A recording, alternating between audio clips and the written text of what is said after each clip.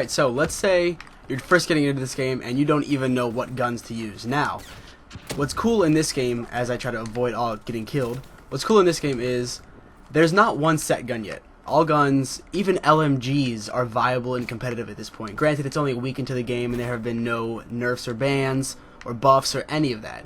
So, what I'm going to touch on first is just your average assault rifles and submachine guns. Now, you'll see that I have the Shiva in my hands right here, and this is actually probably one of the strongest guns and best guns in the game right now, for the simple fact that it is a 2-shot kill at any range pretty much. And if you put on high caliber, which is increased headshot damage, it is even a 1-shot headshot kill, and that's just unbeatable. If you have anywhere near a decent trigger finger, although this gun will not allow you to shoot super fast like the FAL did back in Black Ops 2, this gun is still good. It's still a super strong AR. If you're posted up behind a hill trying to get spawns for your team, you can just pretty much snipe people from across the map. It's that good. So for submachine guns, basically the two that I've realized that are the best and most suited for me are the VMP and Vesper. Now, I think the VMP is pretty much most like the MSMC from Black Ops 2. It's good at range. It doesn't have the best fire rate, but it has a pretty damn good fire rate, as you can see that. That's not even with rapid fire or anything on. Yeah, and the Vesper is, I would probably say, is most comparable to the Scorpion. Maybe the Vector, but pretty much the Scorpion from Black Ops 2. It has the high rate of fire, super high rate of fire. So for that reason, you might need to use extended mags, or you might need to use fast mags. Now in this class, I did put on extended mags, so it comes with 42 bullets instead of the original 30, which I think does make a huge difference in this game, especially if with all the jumping, it's not like exoing, but just the thrusting, the boosting, you're gonna spray a little bit of bullets. So you do need either fast mags or extended mags, I think, in this game, in order for you to just do anything besides kill one person and have to reload. Alright, the next thing is the classic debate in Call of Duty, jump shotting versus drop shotting. Now, you'll know Advanced Warfare kind of threw a wrench in everything because of the exo movement, so jumping was incredibly useful. You saw everybody exoing just because you could get incredibly high super quick, and that would throw off the enemy shot as much as it can. Now in this game, you can jump, not as high as in Advanced Warfare, but you can jump pretty high. So for that reason, still, I think jump shotting is going to trump drop shotting, just for that simple fact. But it is a little bit more balanced now, so you can do both and still be in the game, if you know what I mean. So yeah, that's the settle of that debate.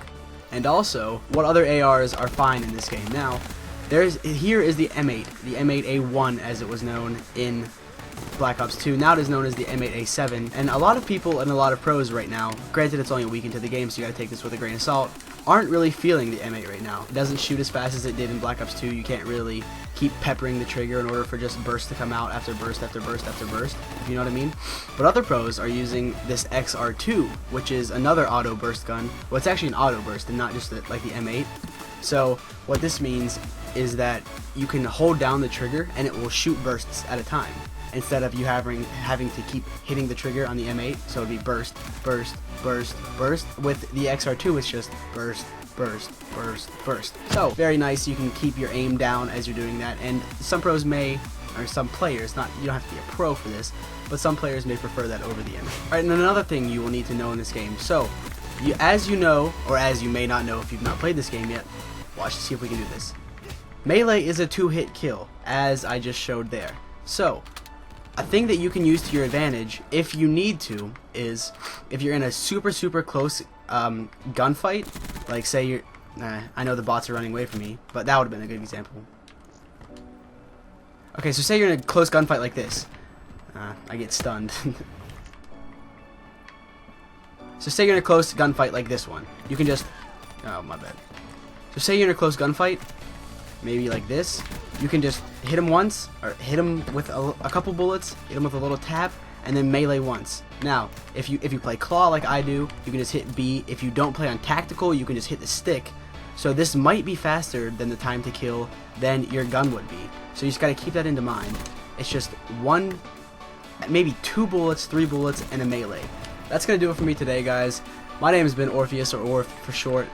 Hope you guys enjoyed this. Maybe you learned something. If not, you'll learn something in the next one. I know you will, because we will get further into the competitive rule set and things and tips that you should be following to be the best player that you can be. As always, I really hope you guys enjoyed this, and may your shots be straight.